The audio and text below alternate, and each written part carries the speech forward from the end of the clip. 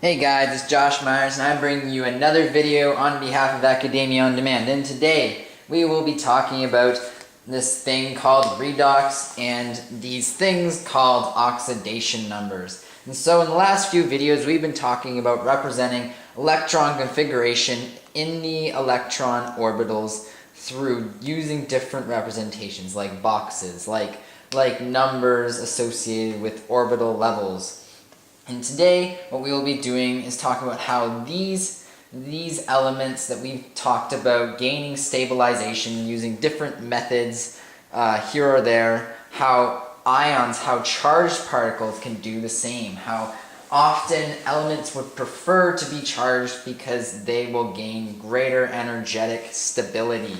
But before we do that, the first thing I want to do is offer a point of clarification, because in the last couple of videos, we've talked a lot about an idea where, let's draw out the electron configuration of chromium and we'll get right into it. So it is 1s2, 2s2, 2p6, and then 3s2, 3p6, and then it is 4s1, and then 3d5, there you go.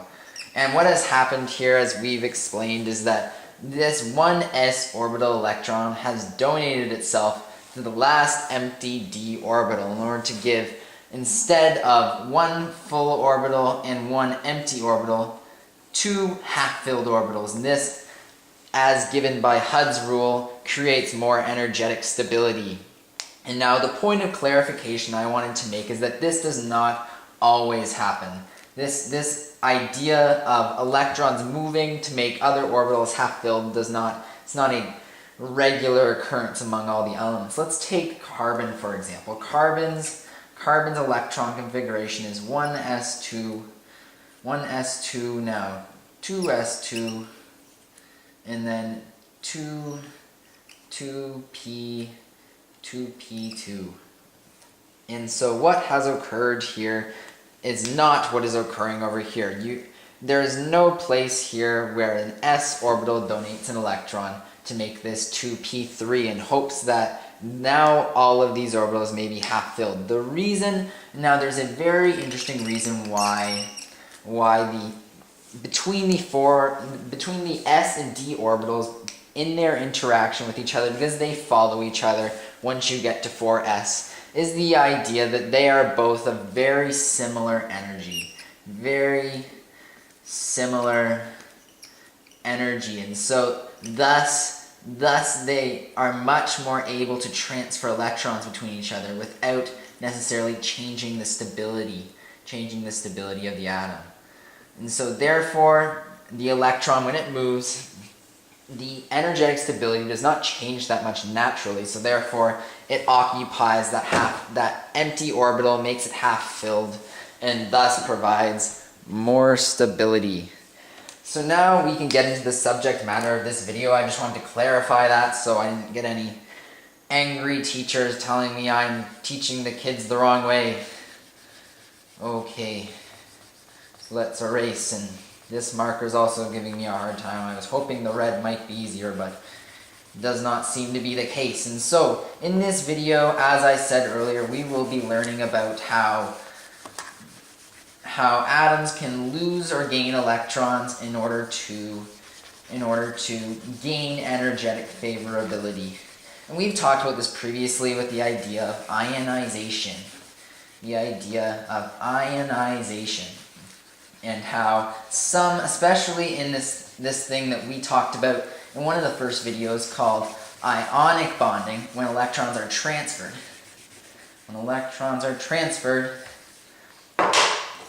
There you go. When electrons are transferred and the two elements create a bond in which they are more stable, they both have outer energy levels that are full, as opposed to their previous states where they may have had one or two electrons that are more or less, and that transfer was very, very profitable for both of them.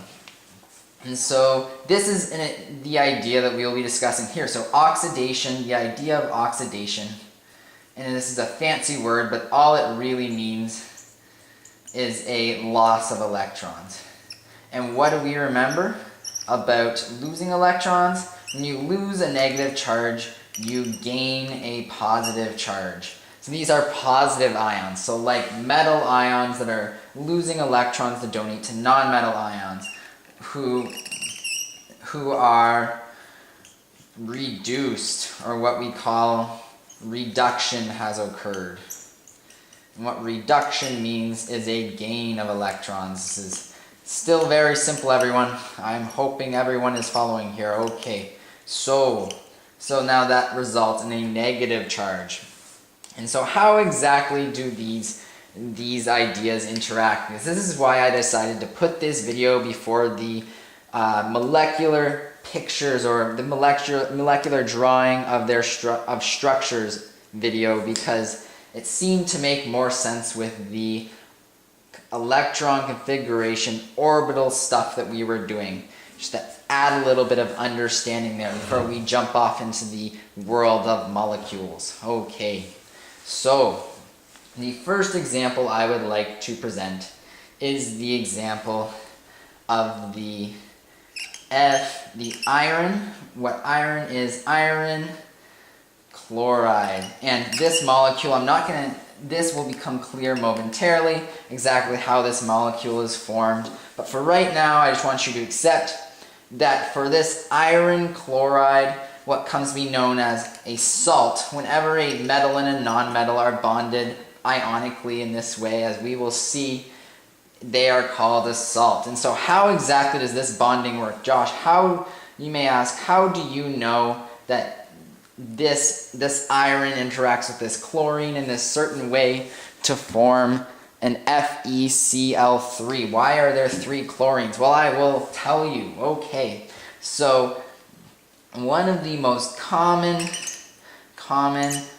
oxidation states, and this is where we're getting this thing called oxidation numbers, and we will talk more about that after this example. So iron can be in a state where it is stable and it has lost 3 electrons, so it is 3 plus. And then, as we know, chlorine loves to gain an electron and become the same electron configuration as argon. So chlorine loves to be negative. And as we know, there are 3 chlorines. And so now the easiest way, if we were just to try to explain this to you in 1 minute, I would say that because there is one ion with a 3 plus charge, and there are 3 ions with a negative charge, they simply balance out.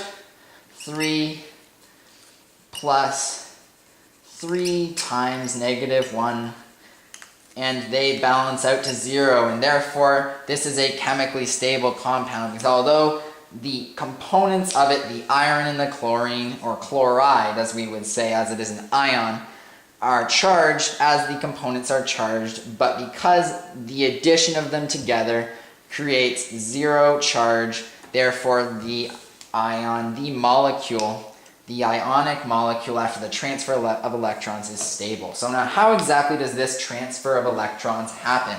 Well, one of the easiest ways to see this idea is through drawing out what happens, these equations of what happens once the atom is ionized, when it is oxidized for iron and reduced for chlorine.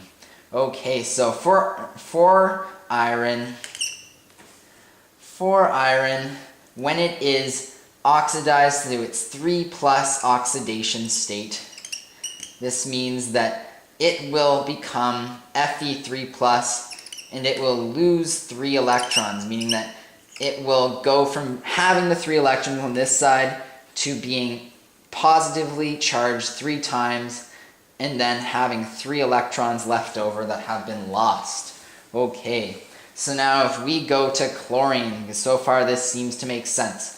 Chlorine, if we go to a single chlorine atom, as we will understand later in the next video, chlorine actually exists as Cl2, and this is due to another reason of stabilization, but that's not what we're talking about right now.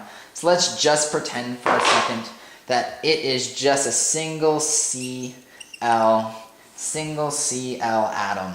Okay, so if these were to exist, what we are going to say here is that Cl plus electron, because chlorine has to gain an electron in order to become charged, and to be able to fill its outward orbital and have the same configuration as argon, has to gain an electron to become Cl negative. However, there are 3 electrons available from its interaction with iron. Iron will donate 3 electrons in this case, and so the way to solve this problem is to plug in 3's for every single component of this equation. So now instead of having 1 chlorine atom ionized by 1 electron, 3 chlorine atoms are ionized by 3 electrons individually to create 3 chloride ions. And so this is the concept of reduction. The chlorine atoms are being reduced to chloride ions. Reduction. And I am writing right on top of myself. I need to get better at presenting these sorts of things. Oxidation. And see how they truly are inverse concepts. You cannot have reduction without the donation of electrons, but you can't stably donate electrons without having an acceptance of electrons, because once these ions are created, this 3 plus and then these 3 Cl negatives, they are very stable together, because as we know, opposite charges attract. So therefore, they create an ionic bond. Ionic bond. And hope this is starting to make a little bit of sense. I know I kind of went off on the deep end there for a while, but I'm hoping that I'm starting to reel you back in like sea bass. Okay, so now that we've clarified that first example, let's talk a little bit more about where the electrons are lost, because this can be equally as important. Now let's erase this top rule, because we understand exactly how reduction and oxidation apply to each other and things like that now. We are all smart people learning very different ways, but really in the exact same way. We will all come to understand science in relatively similar ways if we learn in the same classroom. Okay. Oh my gosh, so much erasing. I should just do a whole video where I am erasing the whole time and see how long people can watch. Like I'll make a contest or something and see how long people can keep their eyes glued to the screen watching me erase my board. Okay. Oh, a little bit more. Okay. Alright, so now if we were to draw out the most outwards orbitals of these two species, what we would find is that there is a perfect transfer between the electrons of each. So one thing I want to clarify is that when a transition metal such as iron loses its electrons, it loses them from its s orbital before it loses them from its d orbital. And as we talked about before, so let's go 4s, it is its orbital, and then the 3d. As we talked about before, the d and s orbitals are very, very similar in energy, and we've seen that before when the electrons are transferred between energy levels in the previous video in order to create greater stability. So now, when this iron is ionized to 3 plus, that means it loses 3 electrons. So initially it has a configuration of 4s2 and then 4d6. So 4d6, each one is half filled, and then finally the second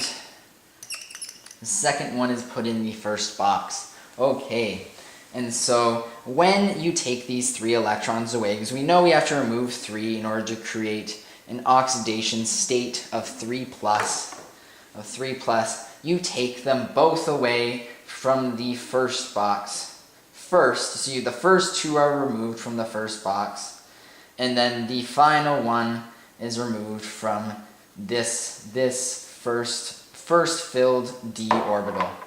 And now this actually comes to make a lot of sense, because now all of a sudden the 4s orbital doesn't have any electrons, which is okay. That doesn't necessarily harm energetic stability, because of the idea that 4s and 3d are so close in energy that we're not necessarily violating Aufbau's rule with filling higher energies before lower energies the way we would if we were talking about carbon, as we showed earlier.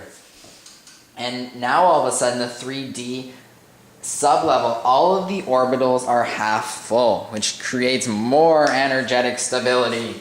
More energetic stability. I just love writing this so much. More stability. Okay. Alright, and so now, not to harp on this, I just want to get through it really quickly. I wanted to show you this special case. And this only happens with transition metals, with the D and S blocks, because of the close energies of the S and D sublevels. Okay, so now, if we go to the 3p, sublevel, we draw out our box diagrams. We are going to have, for chlorine, we are going to have half filled and then 2 that are completely filled. But once it becomes a negative, then we completely fill this last box, and then energetic stability is achieved because we have a complete outer energy level. And then if you put a 3 and put a 3 in front of here, now we have three chloride ions, 3 filled energy levels, that the electrons have been donated from the Fe3+. Everyone is stable. They are all happy, and they ionically bond.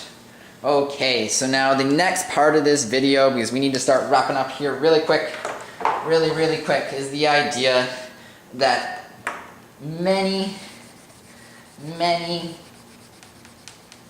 especially transition metals, can take on many charge states, oxidation numbers, depending on a given situation. So manganese is actually, the element manganese, it is in the 3d orbital, is actually capable of ionizing and losing 7 electrons. And this state that it carries, it's not capable of being reached without being bonded to something else, but it can be bonded in such a way that it would have a positive 7 charge. And this is in the molecule MnO4. As we know, oxygen has the tendency to gain 2 electrons, so it has a 2 negative charge. And as we know, there are 4 oxygens. So 2 negative times 4 equals -8. And by the way, this molecule has a negative charge. It is a -8 charge for the oxygen. So manganese has the ability to lose 7 electrons here. So if manganese loses 7 electrons, that gives it a positive 7 charge. It has transferred 7 electrons to the oxygens. And then if we balance these out, -8 plus 7 equals -1. And that is the charge of the molecule. So we are all set here. And this procedure is exactly how you figure out oxidation numbers in any ionic compound, metal and nonmetal, that creates what we called a salt earlier. The oxidation state of any positive ion in the ionic compound can be figured out through determining the charge. So seeing the charge and then subtracting the negative subtracting the negative charges attached. So we know that the charge here is -1, and if we subtract the negative charges, so if we subtract -8 minus a -8, we get -1 plus 8, which is equal to 7, +7, and that is the charge on manganese. That is the charge on manganese, and the reason why we always start with the negative ion in the compound is because of the idea that the giving away and the gaining of electrons is always determined by the electronegativeness or the electropositiveness. And we know we talked about electronegativity before, and we talked about how it is the idea. It is the idea of the tendency to attract bonding pairs of electrons. And so in the above example, oxygen has a much greater tendency to attract bonding pairs of electrons because it has